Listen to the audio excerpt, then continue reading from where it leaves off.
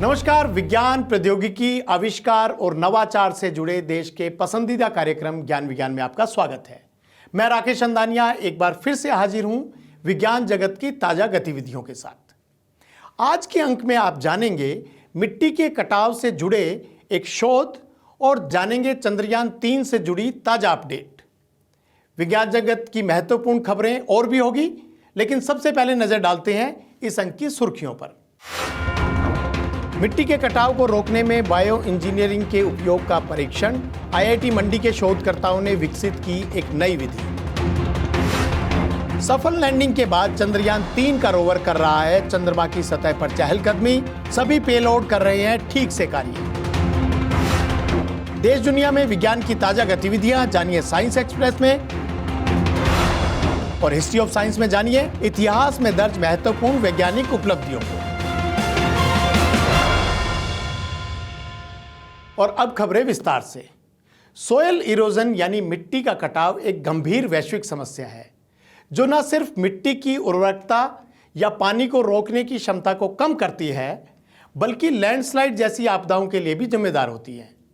अनेक प्रयासों के बीच हाल ही में आईआईटी मंडी के शोधकर्ताओं ने मिट्टी के कटाव को रोकने में बायो इंजीनियरिंग प्रभावों की जांच करने के लिए एक नई विधि विकसित की है। क्या है ये विधि, विस्तार से जानते हैं ज्ञान विज्ञान की इस रिपोर्ट में। ग्लोबल सॉइल पार्टनरशिप की एक रिपोर्ट के मुताबिक सालाना करीब 75 बिलियन टन मिट्टी के कटाव के कारण हर साल लगभग 400 बिलियन अमेरिकी डॉलर का वित्तीय नुकसान होता है। भारत में भी ये समस्या आम है। यहाँ की लगभग 60% भूमि मिट्टी के कटाव का सामना करती है। देश में कुल 305.9 मिलियन हेक्टेयर के कुल क्षेत्रफल में से लगभग 145 मिलियन हेक्टेयर भूमि को मिट्टी के कटाव से तुरंत संरक्षित करने की जरूरत है। वहीं दूसरी ओर मिट्टी के कटाव से होने वाले अनेक नुकसानों के साथ साथ हम ये भी जानते हैं कि पौधों की जड़ें मिट्टी के गुणों को बढ़ाकर और बारिश के पानी को रोककर मिट्टी के कटाव को कम कर सकती हैं। इसी को ध्यान में रखते हुए बायो इंजीनियरिंग जैसा उपाय विकसित किया गया है, जिसमें मिट्टी को स्थिर करने और कटाव से बचाने के लिए पौधों और फाइबर्स का इस्तेमाल होता है। बायो इंजीनियरिंग का ये उपाय कितना प्रभावी है, इसे जानने के लिए भारतीय प्रौद्योगिकी संस्थान मंडी के शोधकर्ताओं ने एक विधि विकसित की है, जिसके जरिए उन्होंने पौधे और फाइबर्स दोनों की ही क्षमता की जांच की है।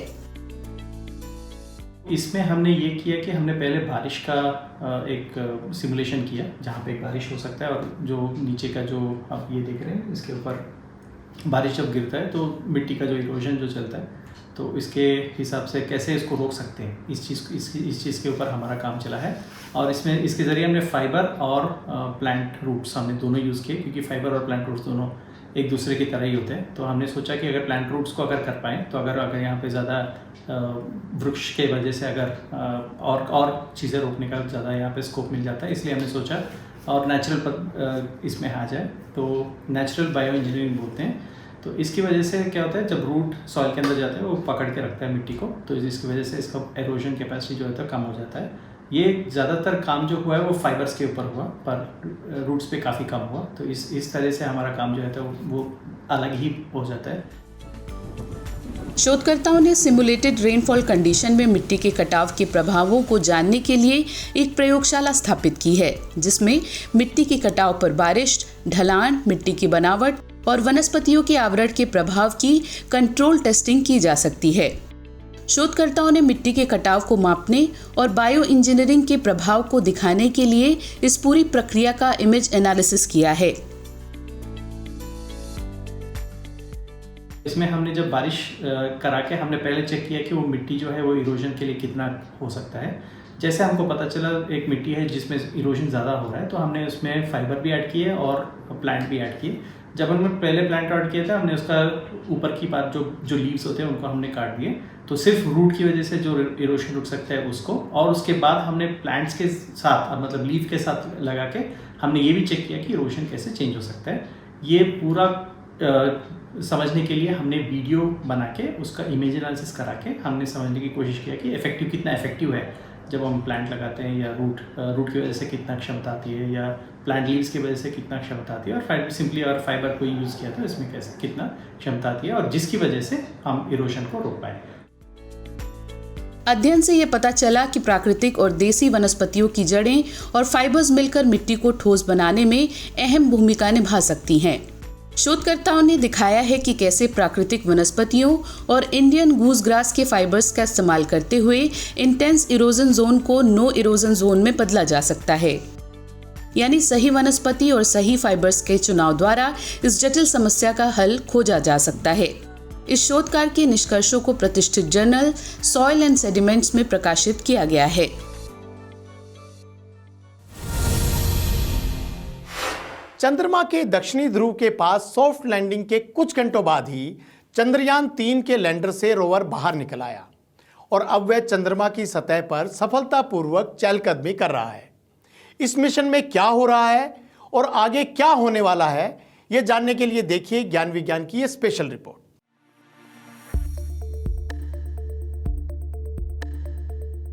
23 अगस्त 2023 को चंद्रमा के दक्षिणी ध्रुव के पास ऐतिहासिक सफल सॉफ्ट लैंडिंग के करीब 2.5 घंटे बाद ही चंद्रयान 3 का रोवर प्रज्ञान लैंडर विक्रम से 2 सेगमेंट रैंप की मदद से बाहर निकल आया और अब ये चंद्रमा की सतह पर चहलकदमी कर रहा है। गौरतलब है कि प्रज्ञान रोवर की मूवमेंट पूरी तरह से ऑटोनॉमस नहीं है, बल्कि धरती द्वारा कंट्रोल की जा रही है।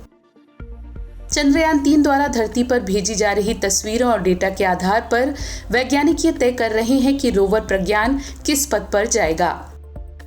फिलहाल रोवर लैंडर के आसपास ही घूम रहा है और एक बार में इसे 5 मीटर की दूरी तक ही चलाया जा रहा है।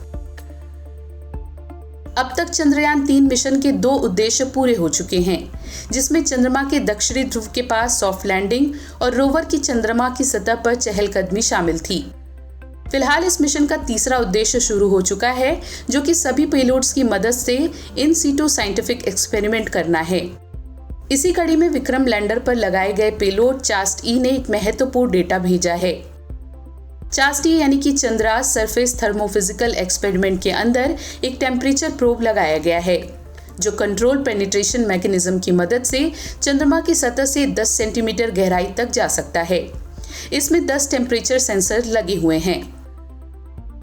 इसरो द्वारा साझा की गई जानकारी के अनुसार चंद्रमा के दक्षिणी ध्रुव की ऊपरी सतह का तापमान 50 डिग्री सेल्सियस मापा गया है, तो वहीं सतह से केवल 8 सेंटीमीटर नीचे जाने पर -10 डिग्री सेल्सियस यानी कि 60 डिग्री सेल्सियस का अंतर पाया गया है।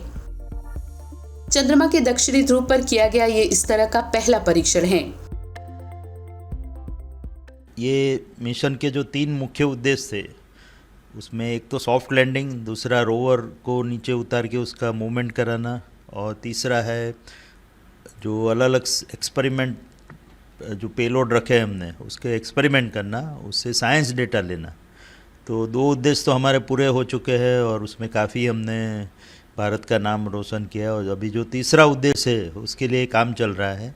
एक दूसरा जो महत्वपूर्ण पेलोड है वो है कि उस चास्ट-ए पेलोड, जिसके बारे में आज विस्तार से इसरो की साइट पे भी रखा गया है, कि ट्विटर साइट पे, कि किस तरह से उसने जो इनिशियल एक्सपेरिमेंट किए हैं उसके जो नतीजे सामने आए हैं कि चंद्र की सतह पर लगभग 50-55 डिग्री सेंटीग्रेड जो टेम्परेचर है, तापमान महसूस किया गया है, और उसके अलग अलग जो प्रोब है उसमें अलग अलग सेंसर लगे हुए हैं जो अंदर तक ज़मीन के अंदर जाके लगभग 8 से 10 सेंटीमीटर तक वो जा सकता है। तो 8 सेंटीमीटर तक के डेटा जो हमने लिए हैं उसके मुताबिक -10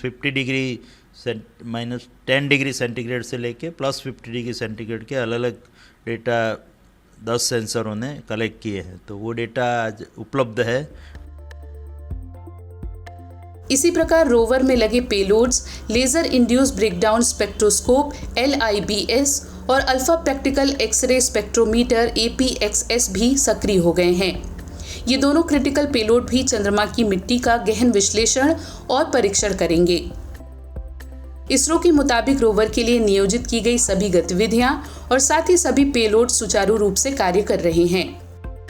चंद्रयान 3 मिशन से जुड़ी सभी महत्वपूर्ण जानकारियां, तस्वीरें, वीडियो और डेटा इसरो द्वारा समय समय पर सोशल मीडिया पर साझा की जा रही है।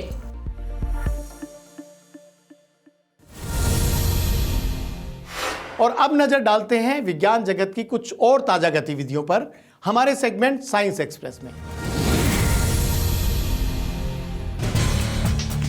खगोलविदों ने यूरोपियन साउदर्न ऑब्जर्वेटरी के एक बड़े टेलीस्कोप द्वारा नेपच्यून ग्रह के वायुमंडल में एक बड़े रहस्यमयी डार्क स्पॉट और इसके साथ ब्राइट स्पॉट की खोज की है। ये पहली बार हुआ है जब पृथ्वी पर स्थित ऑब्जर्वेटरी का उपयोग करके नेपच्यून पर ब्लैक स्पॉट देखा गया है। ये ब्लैक स्पॉट नेपच्यून के वायुमंडल की नीली पृष्ठभूमि में कभी कभी दिखाई देते हैं, लेकिन फिलहाल ये खगोलविदों के लिए रहस्य बने हुए हैं क्योंकि वे इसकी उत्पत्ति और प्रकृति के बारे में पता नहीं लगा पाए हैं। इस खोज को नेचर एस्ट्रोनॉमी जर्नल में प्रकाशित किया गया है। वैज्ञानिकों ने पहली बार वाई क्रोमोसोम को पूरी तरह से सीक्वेंस किया है, जिससे ऐसी जानकारी सामने आई है जिससे पुरुषों में बांझपन और अन्य स्वास्थ्य समस्याओं के अध्ययन में मदद मिल सकती है। आमतौर पर मनुष्य की हर कोशिका में सेक्स क्रोमोसोम्स की एक जोड़ी होती है। जिन लोगों को जन्म के समय पुरुष निर्धारित किया जाता है उनमें एक एक्स और एक वाई क्रोमोसोम्स होते हैं, वहीं महिलाओं को 2 एक्स क्रोमोसोम्स द्वारा निर्धारित किया जाता है। फिलहाल वाई क्रोमोसोम की नई सीक्वेंसिंग से क्रोमोसोम से जुड़े विकारों का अध्ययन करना आसान हो जाएगा। गुजरात, महाराष्ट्र, यूके और जर्मनी के शोधकर्ताओं की एक टीम ने वेस्टर्न घाट्स में कोलूब्रीड सांप की एक नई प्रजाति की खोज की है। वेस्टर्न घाट्स की जैव विविधता को डॉक्यूमेंट करने के लिए शोधकर्ताओं द्वारा किए जा रहे सर्वे के दौरान सांप की इस नई प्रजाति के बारे में पता चला। इस नई प्रजाति को सह्याद्री ऑफिस नाम दिया गया है, जो संस्कृत शब्द सह्याद्री और सांपों के लिए ग्रीक शब्द ऑफिस से मिलकर बना है। इस खोज के बारे में इंटरनेशनल जर्नल टेक्सोनॉमी में प्रकाशित किया गया है। इतिहास के पन्नों में दर्ज वैज्ञानिक उपलब्धियों को जानने के लिए आइए देखते हैं ज्ञान विज्ञान का special segment history of science.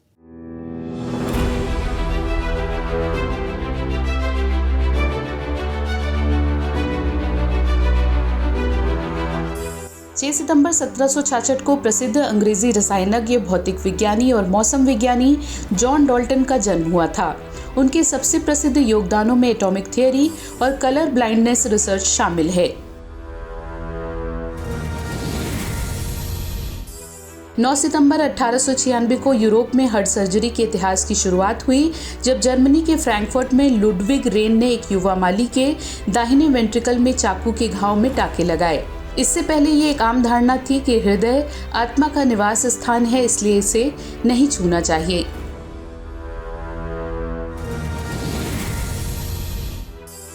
दस सितंबर 1920 को प्रसिद्ध भारतीय गणितज्ञ और सांख्यिकीविद CR राव का जन्म हुआ था।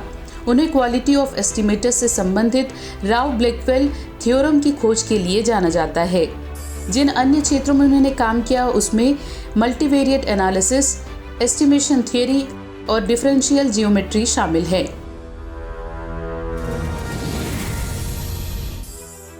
दस सितंबर 1984 को DNA फिंगरप्रिंटिंग का आविष्कार प्रोफेसर सर एलेक जेफरी द्वारा किया गया, जब उन्हें एहसास हुआ कि मानव DNA की भिन्नता का पता लगाया जा सकता है। DNA फिंगरप्रिंटिंग एक ऐसी विशिष्ट तकनीक है जो एक व्यक्ति विशेष के विशिष्ट पैटर्न उत्पन्न करने के लिए जीनोम में बहुत सारे मिनी सैटेलाइट्स यानी DNA के छोटे सीक्वेंस का पता लगाती है।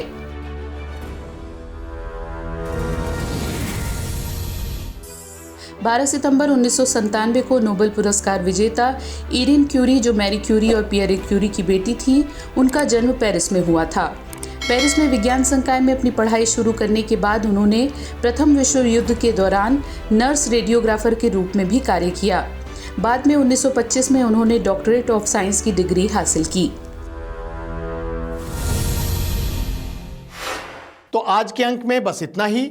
विज्ञान, प्रौद्योगिकी, नवाचार और आविष्कार की ताजा जानकारियों के साथ अगले हफ्ते आपसे फिर होगी मुलाकात। तो बने रहिए हमारे साथ वैज्ञानिक सोच के साथ। नमस्कार।